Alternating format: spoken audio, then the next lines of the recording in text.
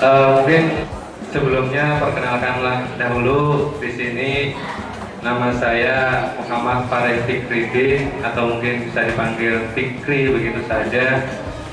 Dan insya Allah untuk pendidikan S2, untuk S3-nya belum Bapak? Hampir. Jadi untuk sekedar diketahui, Bapak-bapak, Ibu-ibu sekalian yang saya hormati, bahwa di sini saya datang dari satu lembaga pengembangan dan juga pemanfaatan lingkungan hidup, yakni tentang pemanfaatan dan juga pengembangan tanaman sebagai prescription obat tradisional. Jadi kami diberikan semacam tugas atau mungkin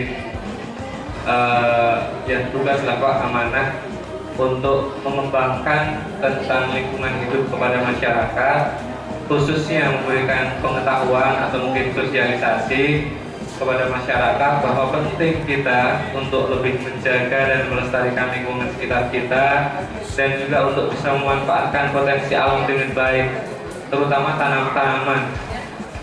Mungkin bapak-bapak dan ibu-ibu semuanya sudah mengetahui bahwa kita yang tinggal di Indonesia ini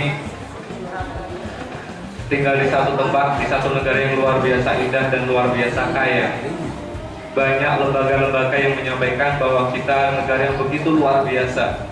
Misalnya International Resources Institution menyampaikan Indonesia adalah salah satu negara yang paling potensial di dunia. Bahkan menurut mereka, kita ini menduduki peringkat kelima di dunia sebagai negara yang paling potensial. Makanya oleh International Resources Institution, Indonesia disebut sebagai Mega Biodiversity State, negara Mega Biodiversity. Terus ada lagi menurut WWF, World Wildlife Fund, disebutkan dari 245 negara seluruh dunia, kita adalah negara peringkat pertama yang memiliki tanaman terluas, terbanyak, dan terkompleks di dunia, itu adalah Indonesia. Tapi kemudian akan menjadi pertanyaan oleh kita semuanya, mengapa Indonesia yang sedemikian luar biasa ini gemar teripak Allah Jinawi katanya. Tapi pada kenyataannya masyarakat kita atau bahkan kita ini sendiri pun, kehidupan kita tidak bisa dipungkiri masih jauh dari yang namanya kata kaya. Negara Indonesia yang katanya kaya, rakyatnya miskin. Negara Indonesia yang katanya semuanya serba ada, katanya, tapi kita masih kekurangan, masih terbelakang dan sebagainya. Itu tidak terlepas dari karena kita sendiri tidak mampu untuk mengelola potensi alam kita dengan baik. Karena kualitas sumber daya manusia kita yang sedemikian rendah, sehingga alam kita tidak bisa memberikan kemakmuran bagi kita sebagai orang Indonesia. Yang pada akhirnya diri kita, walaupun kita sudah merdeka, tapi pada kenyataan kita masih terjajah secara ekonomi.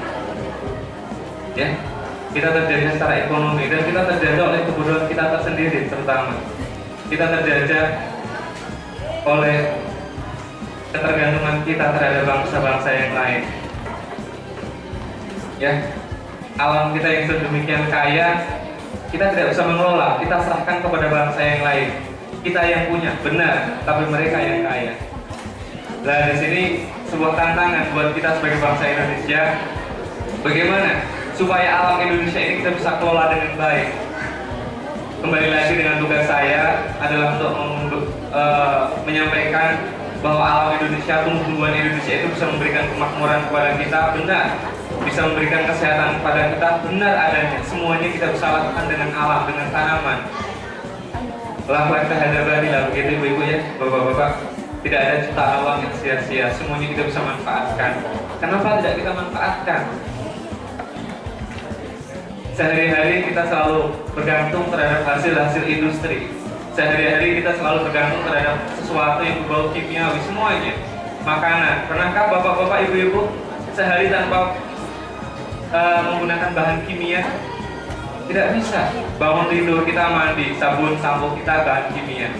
Selesai kita mandi mungkin kita dandan. Mungkin yang menggunakan bedaknya bedak kimiawi. Minyak rambutnya minyak rambut kimiawi. Minyak wanginya minyak wangi kimiawi. Emang kita tidak bisa menggunakan alam? Bisa. Sampo, kalau misalnya kita berkehendak pakai pohon padi ketan, itu jadi sampo. Bahkan bukan sampo yang biasa, sampo yang mahal. Ya, selain kita misalnya ibu pengaruh dari KB, kenapa Kenapa kita repot-repot gunakan jadi masker jerawat putih, cantik bisa pakai tanaman? Iya. Ibu-ibu, bapak-bapak sakit semuanya gunakan dari tumbuhan bisa tanpa menggunakan bahan kimia, tanpa kita bergantung terhadap obat-obatan kimiawi. Karena faktanya Indonesia tahun 2010 adalah konsumen obat kimia terbesar kedua di dunia.